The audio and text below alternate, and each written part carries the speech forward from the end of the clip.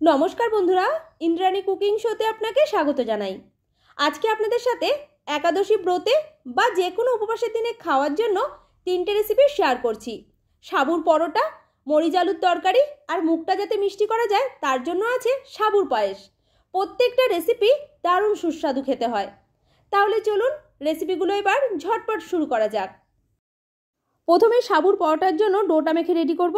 তার জন্য গ্যাসে একটা কড়াই বসিয়ে এর মধ্যে দিচ্ছি হাফ কাপ সাবু।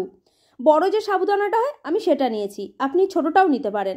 এবার পুরো সাবুটা কড়াইয়ের মধ্যে ঢেলে দিয়ে মিডিয়াম আঁচে সাবুটাকে হালকা করে ভেজে নিতে হবে। সাবু ভাজতে কিন্তু খুব বেশিক্ষণ সময় লাগে না, মিডিয়াম আঁচে 3-4 মিনিট ভাজলেই হয়ে যাবে।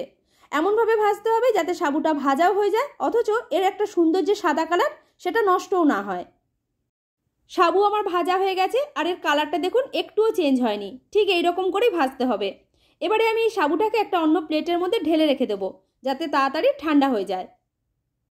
ওই একই গরম কড়াইতে দিয়েছি 50 গ্রাম চীনাবাদাম। এবার এই বাদামটাকে ভেজে নিচ্ছি। হাফ কাপ সাবুর জন্য আমি 50 গ্রাম চীনাবাদাম ব্যবহার করলাম। আপনি যদি সাবুর পরিমাণটা বেশি করে নেন তাহলে কিন্তু বাদামের পরিমাণটা একটু বাড়িয়ে দেবেন। মিডিয়াম আঁচে বাদামটাকে আমি 2 থেকে 3 মিনিট ভেজে নিয়েছি। এবার এটাকে একটা প্লেটের মধ্যে ঢেলে রেখে দেবো। যখন ঠান্ডা হয়ে যাবে মিক্সির জারে গুঁড়ো করে রাখবো। সাবুটা 3-4 মিনিটের জন্য রেখে দিয়েছিলাম, ভালো করে ঠান্ডা হয়ে গেছে।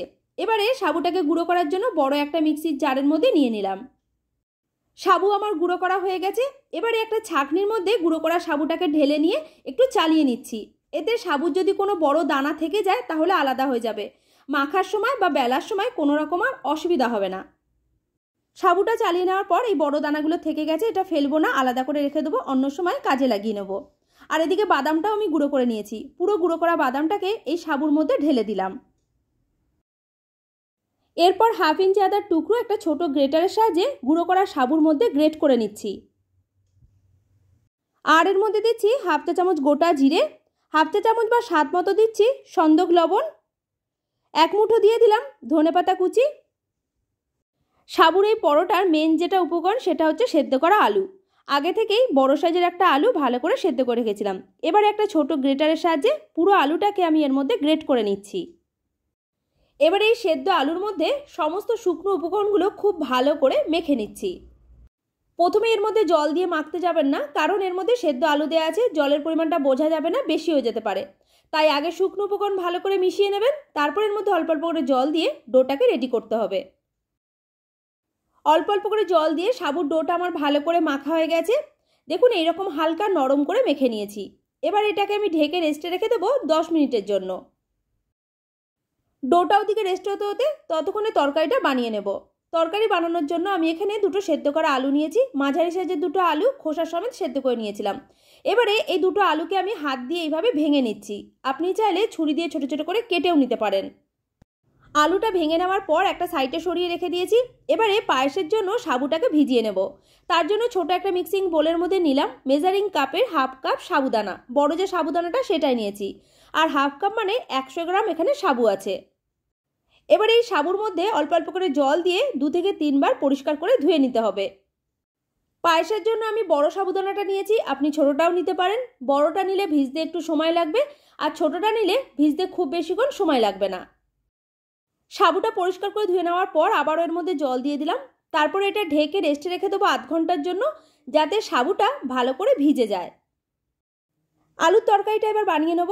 তার জন্য গ্যাসে একটা কড়াই বসিয়ে এর মধ্যে দিলাম 1 টেবিল চামচ দেশি ঘি। ঘিটা দিয়ে তরকারিটা রান্না করলে খেতে কিন্তু দারুণ লাগবে। আপনি ঘিয়ের বদলে সাদা তেলও দিতে পারেন। ঘি বা তেল যেটা দিয়ে রান্নাটা করছেন যখন ভালো করে গরম হয়ে যাবে তখন এর মধ্যে দিয়ে দিতে হবে 1/2 চা চামচ গোটা জিরে আর 2টো কুচিয়ে নেওয়া কাঁচা লঙ্কা। ঝালের পরিমাণটা আপনি এর থেকে বাড়িয়েও দিতে পারেন। এবারে গ্যাসের ফ্লেমটা মিডিয়াম টু লোতে রেখে ফোড়নগুলোকে ভেজে নিতে হবে 20 থেকে 25 সেকেন্ড। ফোড়নটা যখন ভালো করে ভাজা হয়ে যাবে তখন এর মধ্যে দিয়ে দিলাম আগে থেকে সেদ্ধ করে রাখা আলু। গ্যাসের ফ্লেমটা এই সময় মিডিয়ামে আছে। এবারে আলুটাকে একদম হালকা করে ভেজে নিচ্ছি। খুব বেশিক্ষণ সময় লাগবে না, 2 থেকে 3 মিনিট, যাতে আলুর কাঁচা গন্ধটা হালকা চলে যায়।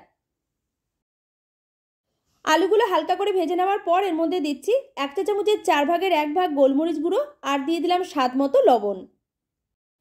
নুন আর গোলমরিচ গুঁড়োটা আলুর মধ্যে ভালো করে মিশিয়ে নিয়ে এবার এর মধ্যে জল দিয়ে দিলাম। লুচি পরোটার সাথে খাওয়ার জন্য তরকারিটা একটু ঝোলঝোল থাকলে খেতে ভালো লাগবে। আগে থেকেই তো আলুটা ভালো করে সেদ্ধ করা আছে, তাই তরকারিটা বেশিক্ষণ সময় নিয়ে আর ফোটাবো না। নামানোর আগের মধ্যে দিয়ে দিলাম অল্প করে ধনেপাতা কুচি। আলুর এই তরকারিটা দেখতে যতটা ভালো লাগছে, খেতে কিন্তু তার থেকেও ভালো হয়।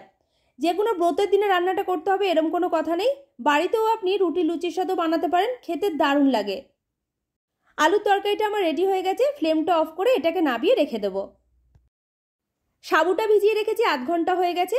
এবারে এই সাবুটাকে আমি একটা ছাঁকনির মধ্যে ঢেলে রেখে দেবো, যাতে জলটা ভালো করে ঝরে যায়। আর একটা সাবুদানা হাতে নিয়েও দেখিয়ে দিলাম, দেখুন খুব সুন্দর করে ভিজে গেছে। পায়েসের জন্য আগে থেকেই 500 গ্রাম দুধ গরম হতে বসিয়ে দিয়েছিলাম, আর দুধটাকে খুব ভালো করে ফুটিয়ে নিতে হবে। তার আগে আমি এর মধ্যে দিলাম 2টো থেতো করা এলাচ। ছোট যে এলাচটা হয় সেটা আমি 2টো থেতো করে দিয়েছি। আপনি চাইলে এলাচের যে পাউডার বা গুঁড়ো পাওয়া যায় সেটাও দিতে পারেন। 3 থেকে 4 মিনিট একদম লো আছে দুধটাকে ফুটিয়ে একটু ঘন করে নিয়েছি। এবার এর মধ্যে দিয়ে দিলাম আগে থেকে ভিজিয়ে রাখা সাবু। সাবুর পায়েস বানানোর সময় একটাই কথা মনে রাখবেন, যে গ্যাসের সামনে থেকে অন্য কোথাও যাওয়া যাবে না, কারণ পায়েসটাকে অনবরত নাড়িয়ে রাখতে হবে, তা না হলে নিচটা পুড়ে যেতে পারে। 5 থেকে 6 মিনিট সময় নিয়ে একদম লো আছে এই দুধের মধ্যে সাবুটাকে খুব ভালো করে সেদ্ধ করে নিয়েছি। এবার এর মধ্যে দিয়ে দিলাম স্বাদ মতো চিনি। আমি এখানে 2 টেবিল চামচ মতো মিষ্টিটা দিয়েছি, পরিমাণটা আপনি এর থেকে বাড়িয়েও দিতে পারেন। চালের পায়েস বানানোর সময় যেভাবে আমরা চালটা সেদ্ধ হয়ে যাওয়ার পর তারপরে মিষ্টিটা দিই, একই রকমভাবে সাবুটাও সেদ্ধ হয়ে যাওয়ার পর তবেই কিন্তু মিষ্টিটা দিতে হবে, তা না হলে সাবুটা সেদ্ধ হতে চাইবে না। চিনিটা দেওয়ার পর আরও 2 মিনিট মতো খুব ভালো করে ফুটিয়ে নিয়েছি। এবারে গ্যাসের ফ্লেমটা বন্ধ করে দিলাম, তারপরে পায়েসটাকে নাবিয়ে একটা সাইডে সরিয়ে রেখে দেব।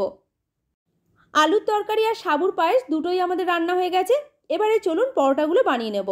তার জন্য ডোটাকে নিয়ে লেচিগুলো কাটার আগে আর একবার একটু মেখে নিচ্ছি। আটা ময়দার পরোটা তৈরি করার সময় আমরা যেভাবে লেচিটা কাটি তার থেকে একটু বড় বড় করে কাটতে হবে। দেখুন আমি যেভাবে কেটে নিচ্ছি। সবকটা লেচি কেটে নেওয়ার পর এক একটা লেচিকে এইভাবে 2 হাতের তালুর মধ্যিখানে রেখে গোল করে ঘুরিয়ে নিতে হবে, যাতে বেলার সময় সুবিধা হয়। বেলার জন্য চাকতির মধ্যে নিয়ে নিলাম অল্প করে সাবুর গুঁড়ো। সাবুদানাটা গুঁড়ো করার পর একটা অন্য জায়গার মধ্যে অল্প করে আমি তুলে রেখে দিয়েছিলাম, যাতে লেচিগুলো বেলার সময় সুবিধা হয়।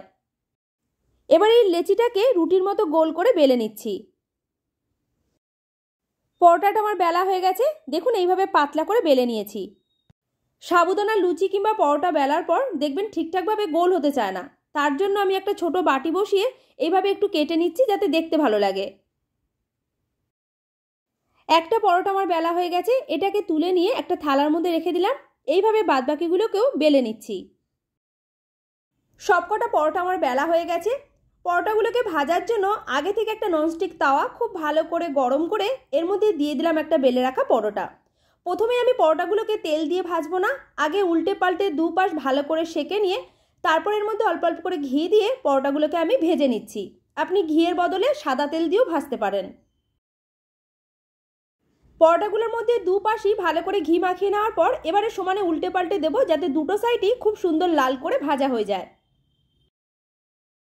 প্রথম ব্যাচের পরোটাটা খুব সুন্দর লাল করে ভেজে নিয়েছি। এবার এটা তুলে নিয়ে একটা প্লেটের মধ্যে রেখে দেব। একই রকমভাবে আরও একটা পরোটা ভেজে দেখিয়ে দিচ্ছি। দিয়ে দিলাম একটা বেলে রাখা পরোটা, তারপরে উল্টে পাল্টে দুপাশ যখন ভালো করে সেঁকা হয়ে গেছে তখন এর মধ্যে দিয়ে দিচ্ছি অল্প করে ঘি। আপনি ঘিয়ের বদলে সাদা তেলও দিতে পারেন।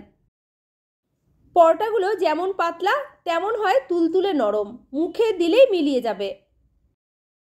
একই রকমভাবে আরও একটা পরোটা তৈরি করা হয়ে গেছে। এইভাবে বাদবাকিগুলোকেও আমি রেডি করে নিচ্ছি। পূর্ণিমা, একাদশী এছাড়া যে কোনো নিরামিষ দিনে বাড়িতে এই রেসিপিগুলো আপনি বানিয়ে নিতে পারেন। প্রত্যেকটা রেসিপি এতটাই টেস্টি হয় যে একবার বানিয়ে খেলে বারবার খেতে ইচ্ছা করবে। আজকের রেসিপিগুলো যদি আপনার ভালো লাগে লাইক, শেয়ার, কমেন্ট করে জানাবেন। আমার চ্যানেলে নতুন বন্ধু হয়ে থাকলে চ্যানেলটিকে সাবস্ক্রাইব করে পাশে থাকা বেল আইকনটা প্রেস করে রাখবেন। পুরো ভিডিওটা দেখার জন্য আপনাকে অসংখ্য ধন্যবাদ।